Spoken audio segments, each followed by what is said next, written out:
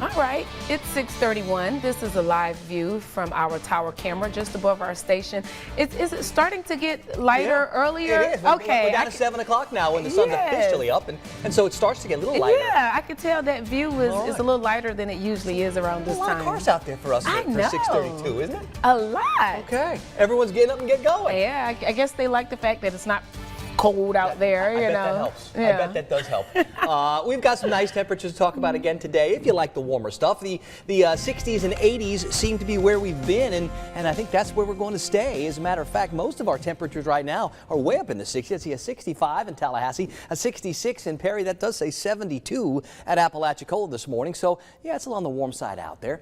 There's a boundary off to our north and west that's bringing some rain across the middle of the country. That boundary is scheduled to arrive here at some point tomorrow afternoon, but what will happen is a lot of the juice with this is going to be way off to the north, and that means we're probably not going to get much from it. We could get a couple of scattered showers. We'd like to get some scattered showers. Got some thirsty lawns, gardens, and greens out there that need some help. I don't see a lot of help coming today. Today, mostly sunny, maybe turning partly cloudy. An isolated sprinkle at most later on this afternoon. It's a little early in the year to talk about the sea breeze helping to shake some showers out of the clouds. Tomorrow that boundary will try.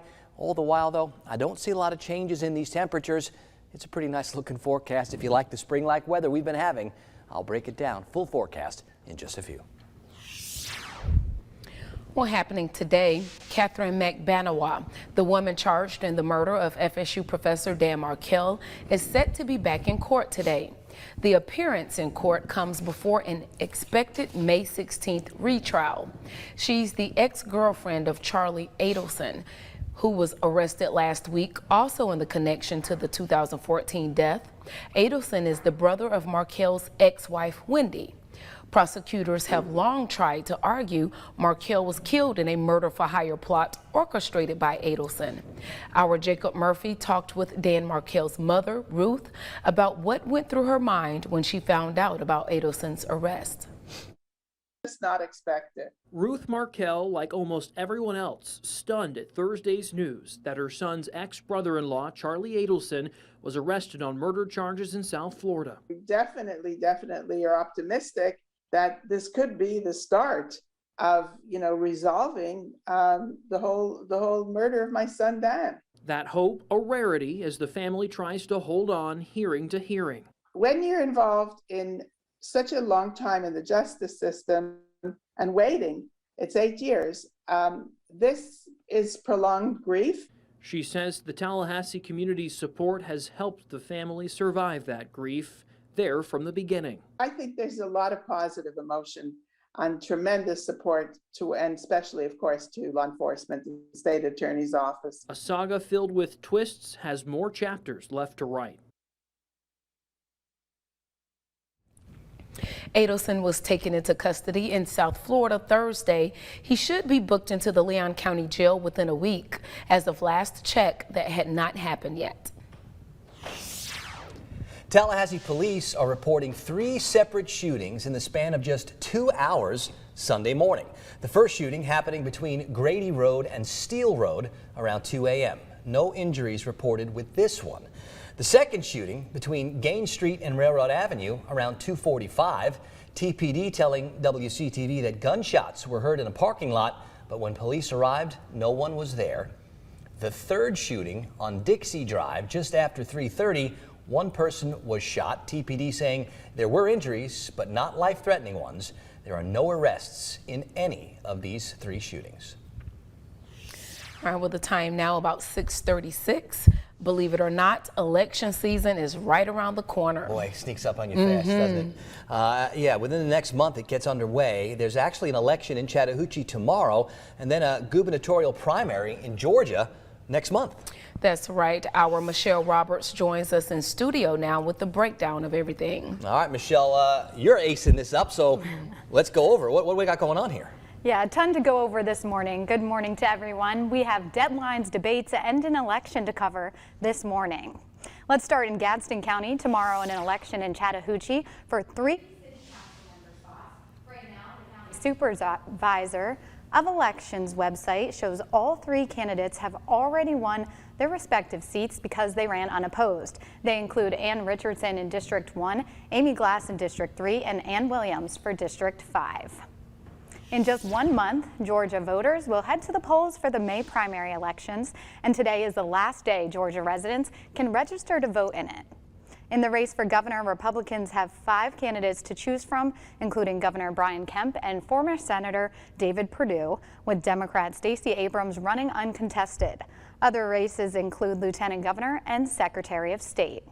And speaking of the race for governor, these 2 men faced off last night in the first of 3 debates leading up to the May 24th primary. The 2 kicked off the debate bickering over who was responsible for 2020 and 2021 Republican election losses, with former U.S. Senator Perdue saying Kemp is to blame for Democratic control in Washington. The current governor fired back and said Perdue was trying to pass the blame for his own loss to Democrat Jon Ossoff. Today, counties can begin mailing absentee ballots, and early in-person voting begins on May 2nd. And this Thursday night, WCTV will take part in the next debate between Governor Kemp and David Perdue. Our sister station WTOC will be hosting it, and you can watch it live right here on WCTV from 7 to 8 p.m. Lenitra? All right, Michelle, we look forward to that debate. All right. It's 6:38 right now. Local grassroots organization Dream Defenders holding a community cookout at Walker Ford Park in Tallahassee over the weekend. Free food and kickball, and discussing at that cookout, talking about problematic issues in the community, including the mass incarceration of black men for possession of marijuana. Organizers say they want the community to know they have their back.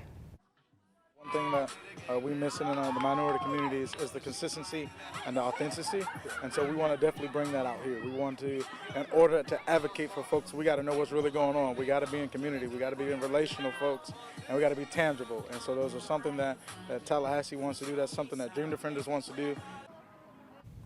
Now, Grace says they plan to have an event each month involving the community to address concerns and, of course, have some fun. 6:39 now. The 101st Thomasville Rose Festival returned with more than just roses on its last day Saturday. Anthony Bordenaro reports. Leslie Tillman of the Civic Garden Club in Thomasville says they were glad to be back to show off their roses to the public. Now that we have a full show, we can open up to the public that can come in and view the show and see the things that we have worked hard throughout the year. There were 14 divisions of roses that were graded. Most of the roses were grown right in Thomasville. The event was also for children who made their own drawings of roses to display.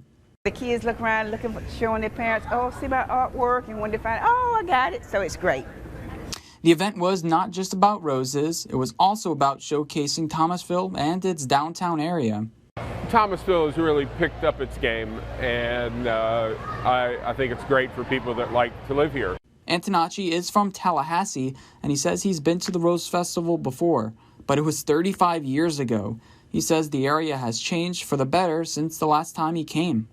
Another woman I spoke to, Corin, is also from Tallahassee. She says she goes to Thomasville as often as she can. Yeah, we come regularly. We love to eat here, shop here. It's just another way to experience the community. And along with those rose displays and contests, there was a market for people to shop. To end the festival this evening, there was live music. It's something musicians were eager to get back to doing. They asked us to come a couple years ago. Unfortunately, we couldn't come because the world was shut down, but we're so happy to be here today for the first time. Time now for First Alert Weather with meteorologist Rob Nucatola. Fantastic weather over the weekend for all of the festivals and festivities that were going on. And I think we're going to have some more of that nice weather for most of this week. I do know that some of those flowers, some of those thirsty lawns, gardens, and greens could use a little rain. And I do think maybe we get a chance for a couple of showers over the next few days, but they're not great chances, and I'm not expecting widespread soaking kind of rains.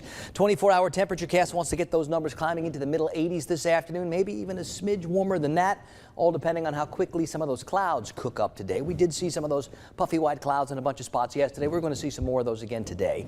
Valdosta, we're starting off at 59. Homerville's the cool spot right now at 50. 58. It's 72 at Apalachicola. Most of the temperatures someplace in that 61 to 66 range. Perry's at 66, Quincy and Thomasville and Moultrie all at 61. It's 65 at the Tallahassee airport. A little breeze from the southeast is going to be something that's out there today. Not real breezy, not like it was at times at the end of last week, but every now and then you'll notice that puff of a breeze. Now, I do see a little bit of cloud cover here on that satellite radar composite picture, just a little bit. And as we go through the day, more of those clouds are going to cook up. That boundary off to our north and west will be making progress east slowly. But the problem for any kind of widespread rain is going to be all the energy associated with that racing off to the north and moving away from our part of the southeast before whatever's left of that boundary gets here. So for a couple of days, higher pressure's been our big weather player anchored off the east coast. That will finally move away, allow this boundary to make some progress, and eventually, by like tomorrow night, get through the area. Behind that boundary, the air is a little bit cooler. It's a lot drier again, so we'll get rid of the humidity. We'll dry things out. We'll cool things off just a smidge. But I think all the while, we're going to continue with these very seasonable, maybe slightly warmer than seasonable temperatures. And if you are looking for some rain, tomorrow late afternoon, probably our best shot for that when the boundary gets here. But it's not like a widespread, everybody gets wet kind of soaking rain setup.